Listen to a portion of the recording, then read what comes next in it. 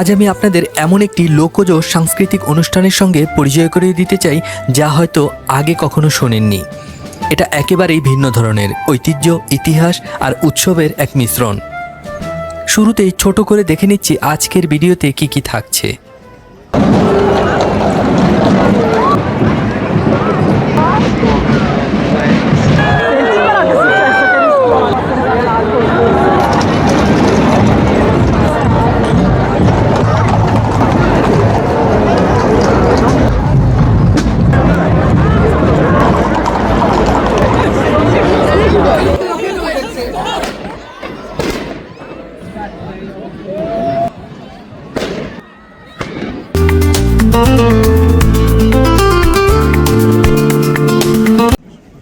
আমি এখন দাঁড়িয়ে আছি সুইজারল্যান্ডের জুরিকের পারাদা প্লাস এলাকায়, শহরের একেবারে প্রাণকেন্দ্র। বানব স্ট্রাসেটাকে বন্ধ করে দেওয়া হয়েছে।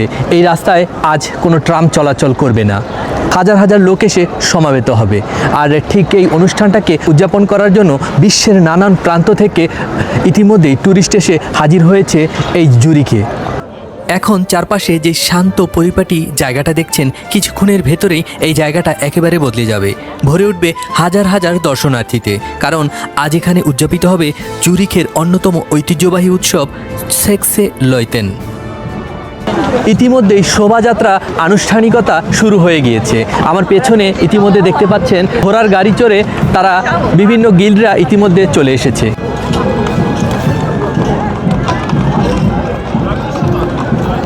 এই শোভাযাত্রার আনুষ্ঠানিকতা শুরু হয়ে গিয়েছে।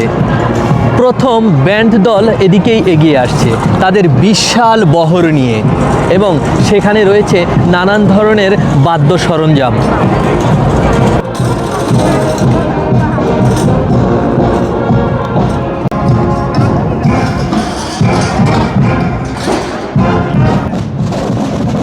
আজ আমি আপনাদের নিয়ে চলেছি এই উৎসবের ভেতরের গল্পে। কেন এই উৎসব এত বিশেষ, কোথা থেকে এর শুরু, আর কিভাবে আজও শত শত বছরের ঐতিহ্য বয়ে নিয়ে চলছে। আর হ্যাঁ, যারা নতুন দেখছেন, আমার চ্যানেলের নাম স্বপ্নিল সুইস। আমি এখানে সুইজারল্যান্ড সহ সারা ইউরোপের অজানা সংস্কৃতি এবং অজানা গল্পগুলো আপনাদের সামনে তুলে ধরার চেষ্টা করি, এবং নতুন নতুন জায়গায় ভ্রমণ করে সেই ভ্রমণের অভিজ্ঞতা আপনাদের সাথে শেয়ার করার চেষ্টা করি।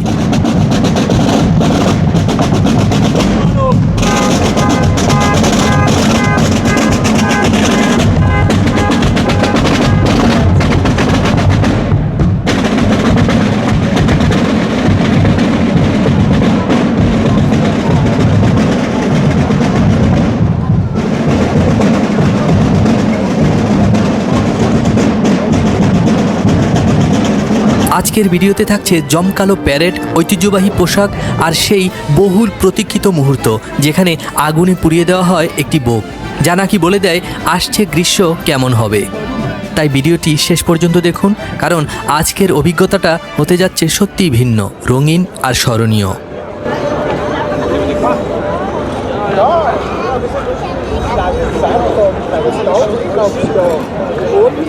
কখনো কি চিন্তা করেছেন একটি বিশাল দানব আকৃতির পুতুলকে পোড়ানো হয় এবং সেই পোড়ানোর মাধ্যমে ধারণা করা হয় এই বছরের সামনের গ্রীষ্মকাল কেমন যাবে। যদি পুতুলটি দ্রুত পুড়ে যায় তাহলে ধারণা করা হয় সামনের গ্রীষ্ম খুব ভালো যাবে, আর যদি দ্রুত না পড়ে কিছুটা দেরি হয় পড়তে তাহলে ধারণা করা হয় এই বছরের গ্রীষ্ম তেমন ভালো যাবে না। আর এই সেক্সে লয়তে শব্দটি এসেছে জার্মান শব্দ থেকে, যার মূল অর্থ 6টার ঘন্টা বাজা।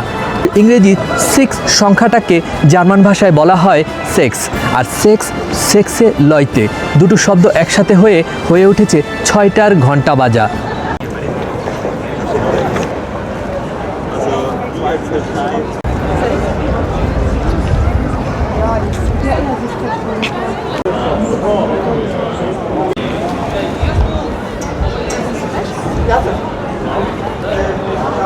ঠিক এই মুহূর্তে আমার পেছনে যে গিল্ডদের একটি দল দেখছেন, তাদের প্রধান কাজ হচ্ছে জুতা উৎপাদন করা, এবং তাদের সেই দলটি তাদের মতো করে দুটো ঘোড়া এবং তার সাথে গাড়ি সংযুক্ত করেছে।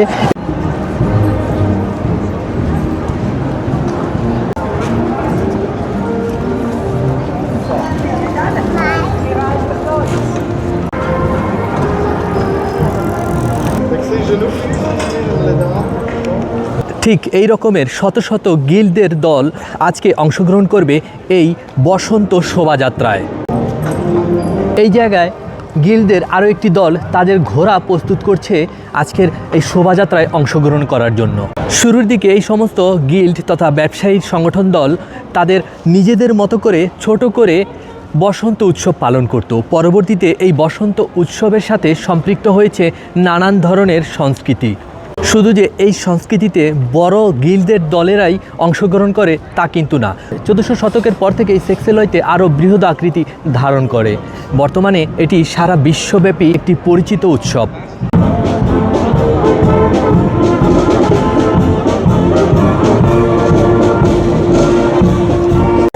আজকের এই ঐতিহাসিক সেক্সেল লয়তেন এর ইতিহাস জানতে হলে আমাদের শুরুতেই যেতে হবে 1300 শতকে, যখন জুরিখ শহর আধুনিক হয়ে ওঠেনি।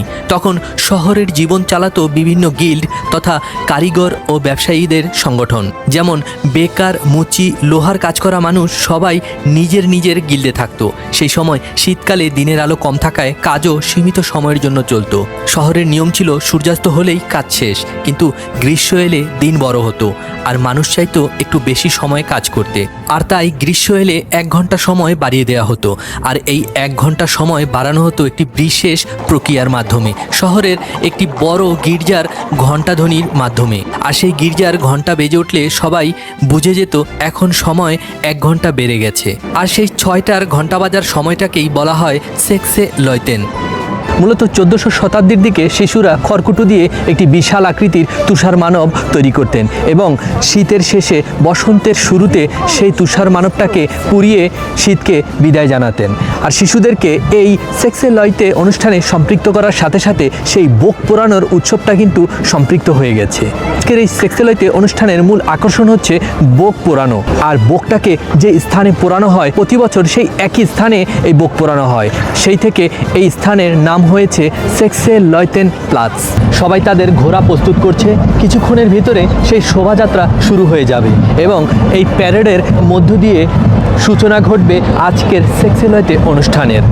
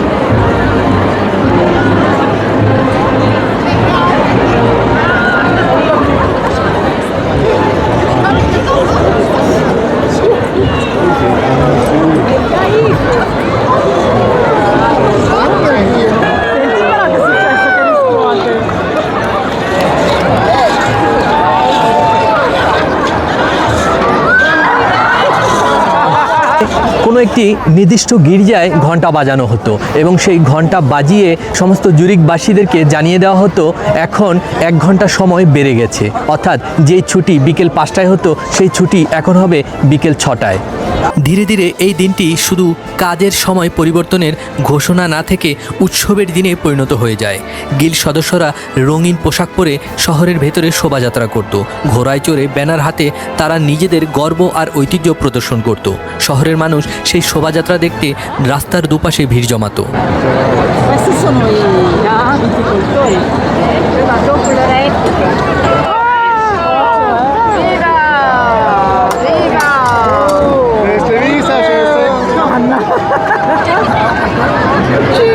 Yes.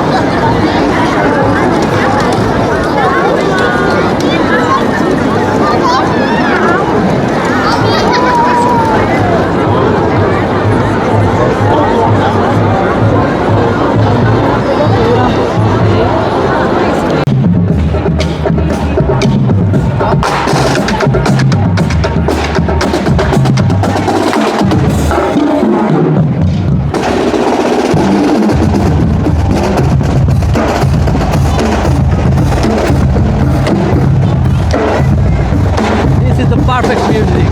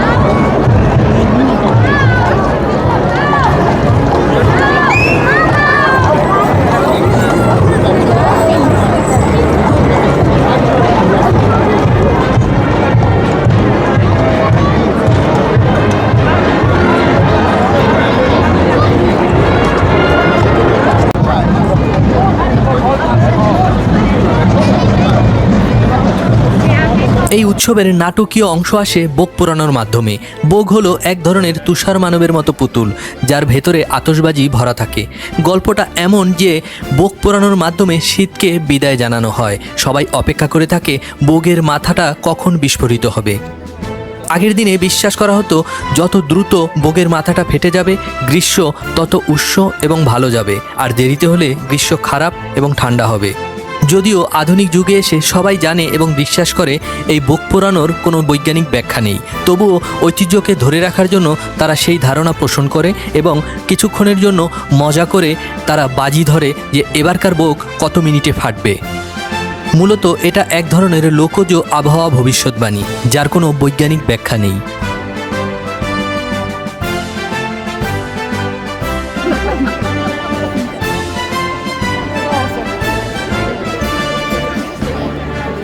আজকের সেক্সেনলয়তেন অনেক বেশি সংগঠিত ও জমকালো। এর মাধ্যমে সেক্সেনলয়তেন প্লাটসে পোড়ানো হয় বোগ। বিভিন্ন গিল্ড সদস্যরা তাদের ঐতিহ্যবাহী পোশাক পরে প্যারেড করে। সঙ্গীত, নাচ আর সামাজিক অনুষ্ঠান হয়। শহরের বড় বড় রাস্তায় উৎসবের আবহ ছড়িয়ে পড়ে। এই উৎসব এখন শুধু কাজের সময় পরিবর্তনের স্মৃতি নয়, এটি হয়ে গেছে জুরিখের পরিচয়ের অংশ।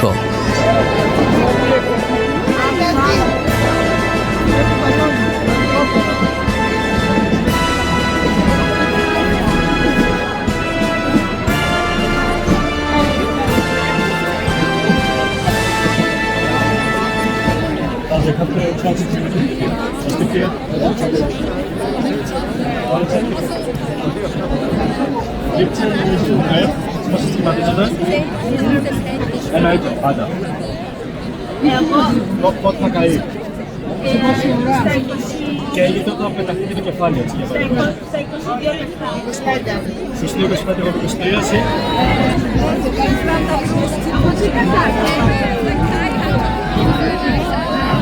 Que barulho, mano. Vai tacar pro seu corpo.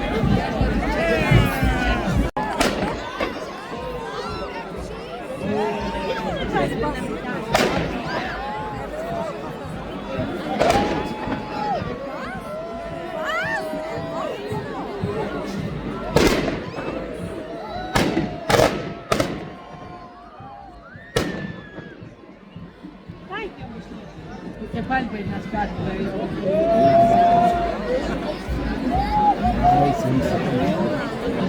Kapsel, hè?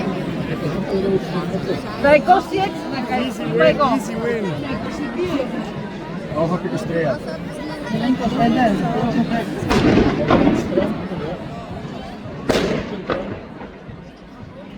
Ja, poep is al.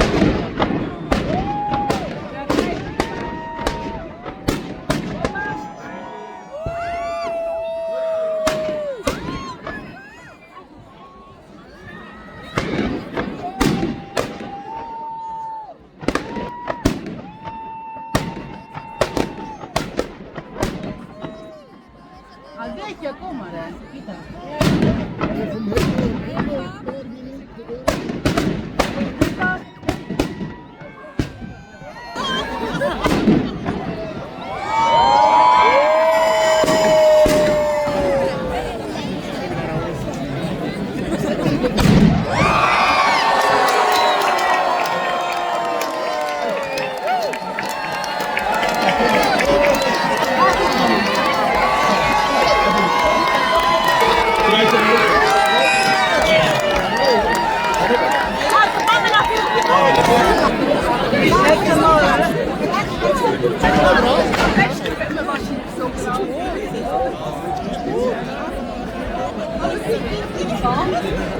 এরই মধ্য দিয়ে শেষ হলো 2026 সালের সুইজারল্যান্ডের বিখ্যাত লোকজ উৎসব সেক্সেনলয়তে। বোগের মাথাটা বিকট শব্দে ফেটে যাওয়ার সাথে সাথে সবাই এই ধারণা পোষণ করেছে যে এবারকার গ্রীষ্মকাল বেশ ভালো যাবে, তেমন কোনো ঝড় বা বৃষ্টি হওয়ার সম্ভাবনা নেই। সবাইকে ধন্যবাদ জানিয়ে আজকের ভিডিও এখানেই শেষ করছি। যদি ভিডিওটি ভালো লাগে অবশ্যই একটি লাইক করবেন, আর যারা এখনও সাবস্ক্রাইব করেননি তারা অবশ্যই সাবস্ক্রাইব করে নেবেন। দেখা হচ্ছে পরবর্তী এমন কোনো ইন্টারেস্টিং ভিডিওতে। ততক্ষণ পর্যন্ত ভালো থাকুন।